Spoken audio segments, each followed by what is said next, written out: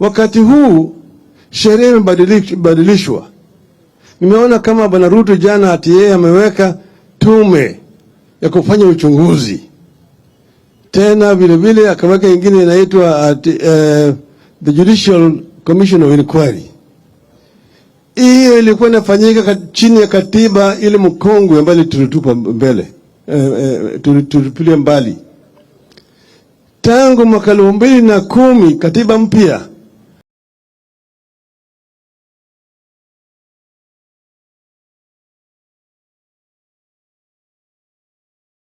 rais ana uwezo ya kuunda jopo kazi ya kufanya uchunguzi.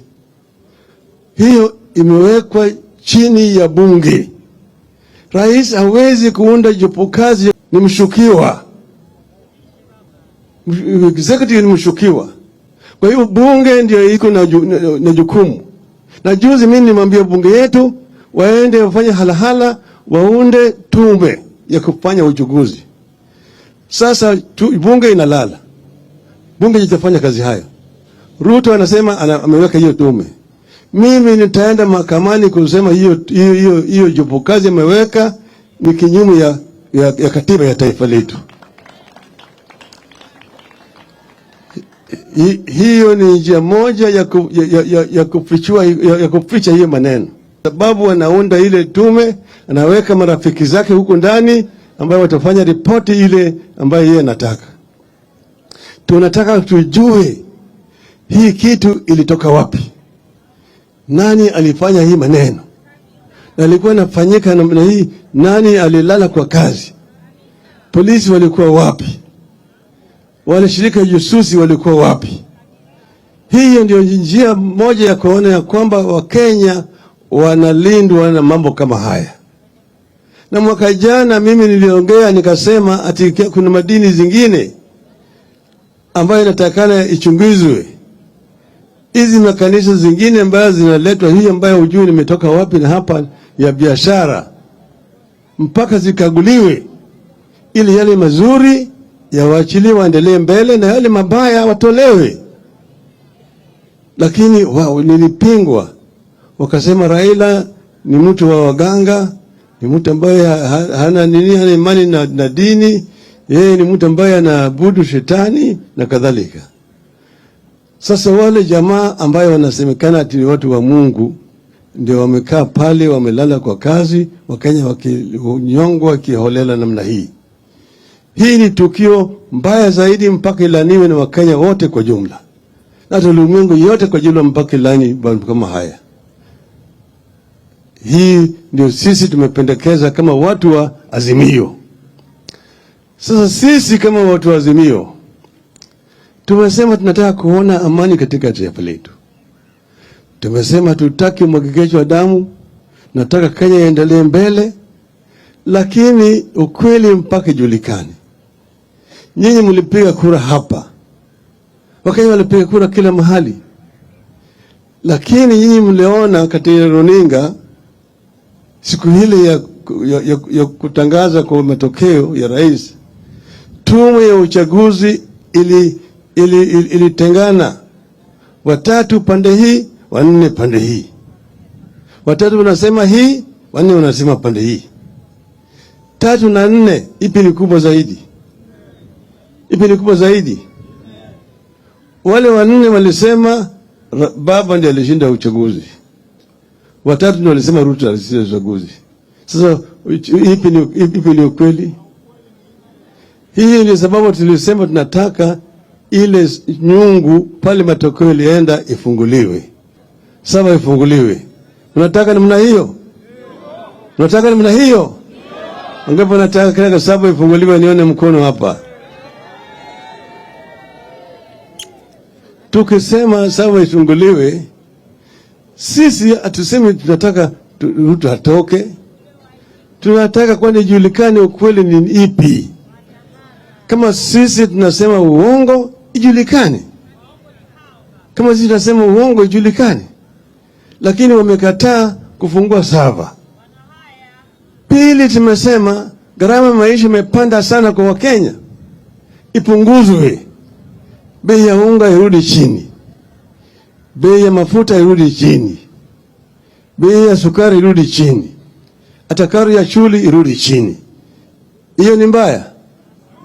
Hiyo ni mbaya eh? Alafu vile vile sisi tumesema ati tukiendelea mbele, hii umalaya ya wanasiasa ambayo wamechaguliwa na chama moja, akienda pale anapewa rushwa, anaingia pande ile nyingine, ikwishe. Sio ni malaya? Sio ni malaya? Wewe umechaguliwa na ODM, ukienda kule juu unaelikwa, naenda Ikulu, unapewa kitu kidogo, unasema mimi nimeenda kutafuta maendeleo. Hakuna maendeleo kule Ikulu. Sasa baadaye unatoka pale, unaingia katika Kenya Kwanza. Tumesema kama wewe ulichaguliwa na chama cha ODM na wewe sasa unataka talaka, uingie katika chama cha UDA, basi wewe rudi kwako kwanza, peane notisi talaka mara 3, alafu sisi turudi tuende tuchukue mahari yetu, alafu rudi kule tukone na wewe kwa kiwanja.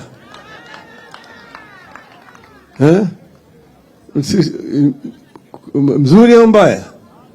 Tumesema wewe kama wewe unataka kwenda sawa, lakini vile Waislamu nasema tuone kwa furaha, tuachane kwa furaha.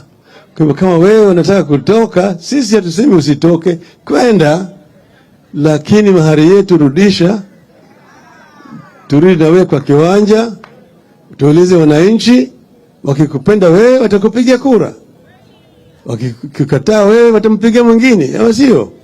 Hiyo ni demokrasia uendeshwa ulimwengu mzima. Lakini mambo ya kusema unaingia kule bungeni, unanunuliwa, unaenda ngambo ile nyingine, hapa wafuasi yako umewacha, wao bado wako katika chama ile ambayo alichagua wewe, hiyo tunasema mpaka ikwishe. Sio ni sawa sawa? Hayo vile vile ni maneno tunataka yajadiliwe na hii tume. Hii kamati ambayo tumeunda hivi karibuni.